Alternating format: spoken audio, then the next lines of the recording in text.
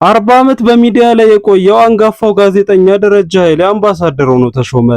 በቅርቡ ከጃምቦ ሪል ስቴት የ16.5 ሚሊዮን ብር ቤት የተረከበው በብዙዎች ዘንድ ተወዳጅነትን ያተረፈው አንጋፋው ጋዜጠኛ ደረጃ ኃይሌ በዛሬው ዕለት ከጃምቦ ሪል ስቴት የብራንድ አምባሳደር ሆኖ ተመረጠ። በፕሮግራሙ ላይ በርካታ እንግዶች የተገኙ ሲሆን የጃምቦ ሪል ስቴት ባለቤትና ስራ አስኪያጅ ኢንጂነር ደበበ ሰይፉ ስለ ደረጃ አምባሳደርነት ደረጃን የመረጥንበት ዋና ምክንያት በህዝብ ዘንድ ባለው ተቀባይነት ለሙያው ያደረገው አስተዋጽኦና ክብሩን ጠብቆ የኖረ ጋዜጠኛ በመሆኑ ጃምቦ ሪል ስቴት አምባሳደር እንዲሆን ወስነን መርጠነዋል ሲሉ ተናግረዋል። ስለ ደረጃ ኃይሌ እዝራ እጅጉ የጻፈው አለባበሱ የተሽቀረቀረ ለእንግዶች ያለው ክብር ባለባበሱ ጭምር የሚገለጽ ነው። ለጋዜጠኞች ሞገስ ካላበሱት ጉምቱ ሙያተኞች መካከል በዘመናችን በግንባር ቀደምትነት ከሚጠቀሱ ዋነኞቹ መካከል አንዱ ነው። ያለባበስ ምርጫውና ጥንቅቅ የማለቱ ምክንያት ምናልባትም ከብሔራዊ ውትድርና የተቀዳ ሊሆን እንደሚችል እገምታለሁ።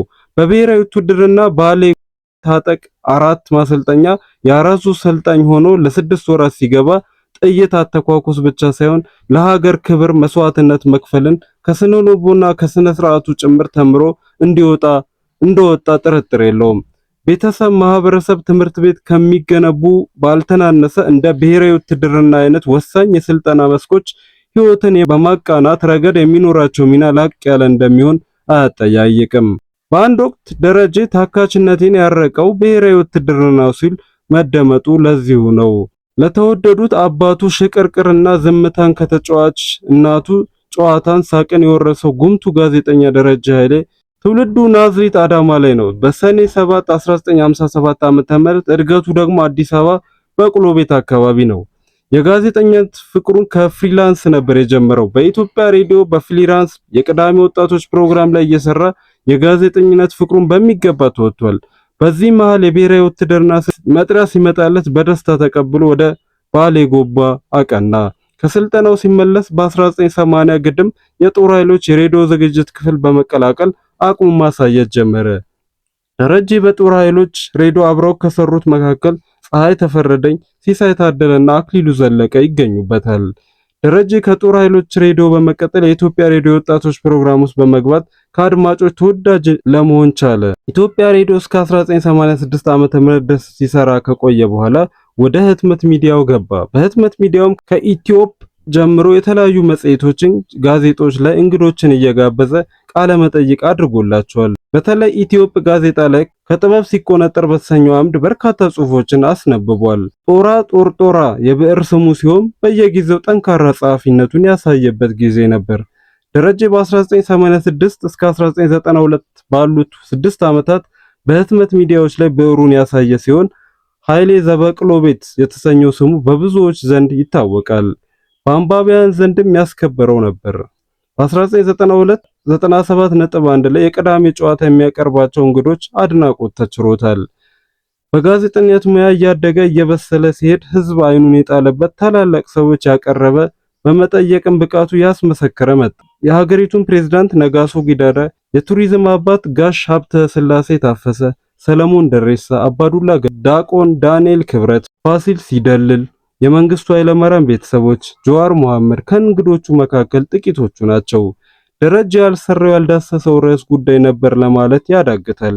ከስራዎቹ በርካታ ስራዎች ለመጥቀስ ከቅርቡ ብንጀምር በነገራችን ላይ የተሰኘ ቴሌቪዥን ፕሮግራም በአርትስ ቴሌቪዥን ሲቀርብ በተለይም በተለያዩ ጊዜ በሀገራችን በኃላፊነትና በፖለቲካ እንቅስቃሴ ንቁ ተሳትፎ ሲያደርጉ የቆዩ ሙያተኞችን በእንግድነት በማቅረብ ባስለመደን የቃለ መጠይቅ ለዛ ድንቅ ቆይታ ሲያስኮመኩመን ቆይቷል። በፋና ኤፍኤም የደራ ጨዋታ የተደራጁ ንባብ በበቂ ዝግጅት ታሪክን ፈልፍሎ አውጥቶ ለአድማጭ አጋርቷል። ታሚሶን ኮሙኒኬሽን ከኢትዮጵያ ቴሌቪዥን ጋር በመተባበር በሚያዘጋጀው የጥያቄና መልስ ውድድር በደማቅ አቀራረብ በመምራት በብዙ ዘንድ ተወዳጅነትን እንዲያተርፍ አስችሎታል። በጦር ኃይሎች የሬዲዮ ፕሮግራም በኤፍኤም ዩኒቲ ድምጽ በተለይም ቁም ነገር አዘል የሆኑ በሴቶች በህፃናት ላይ ያተኮረ ይዘቶችን የሚያቀርብበት ነበር። ከኤፍኤም 97.1 ጋር በመተባበር ይቀርብ በነበረው የጨዋታ ፕሮግራም ላይ ደረጃ ኃይሌ አንዱና ዋነኛው ድምቀት ነበር ማለት ይቻላል። በህትመት ሚዲያው በርካታ የብዕር ስሞች ልዩ ልዩ ይዘት የነበራቸው መጣጥፎች ሲያጋራ ቆይቷል። በተለይ በኢትዮፕ ጋዜጣ ላይ ኃይሌ ዘበቅሎ ቤትና ጦራ ጦርጦራ በተሰኙት የብዕር ስሞቹ ምርጥ ቃለ መጠይቆችን አስነብቦናል። ከዚህ ውጪ በቃል ኪዳን መጽሔት ጋዜጣ ላይ ዘመን የማይሽር ስራዎችን አኑሮልናል። በብዕር ስም ጋር በተያያዘ በተለይ ጦራ ጦርጦራ የተሰኘው ስሙ ታሪካዊ መነሻ ነበረው። ሐምሌ 1995 ለኢንፎቴመንት መጽሔት በሰጠው ቃለ መጠይቅ ላይ የገለጸውን እንዳለ ልጠቀም።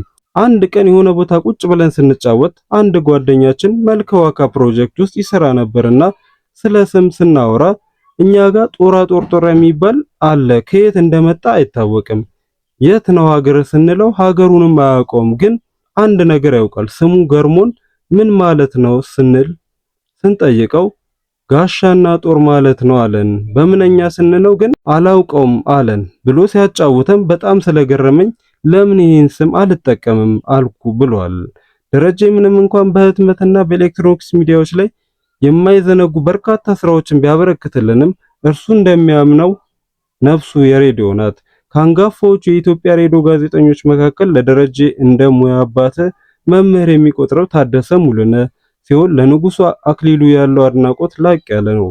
አዲሱ አበበ እንደ ታላቅ ወንድም ብዙ የተማረ የሙያ አጋሩ ነው። በዶክመንተሪ አያያዝ የሚደነቀው ደረጀ ቤቱ ትንሽዬ ቤት መጽሐፍ ነው ይባልላታል።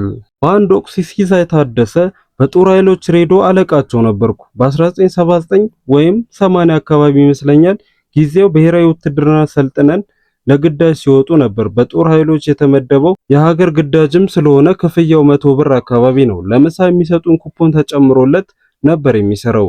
የመጀመሪያ ስራውን ደብዳቤዎችን ማቀናበር ሲሆን ቀጥሎም ፕሮግራም ማሸጋገሪያዎችን ማዘጋጀትና ግጥም ማቅረብ ላይ ይሳተፍ ነበር። ቀስ በቀስ ወደ ጽሑፍ ስራው ተሻገረ።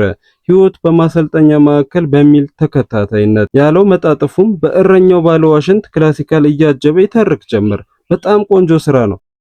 በኋላ ላይ በየካቲት ችቦ ላይ በተከታታይ ታትሞ ወጥቶለታል።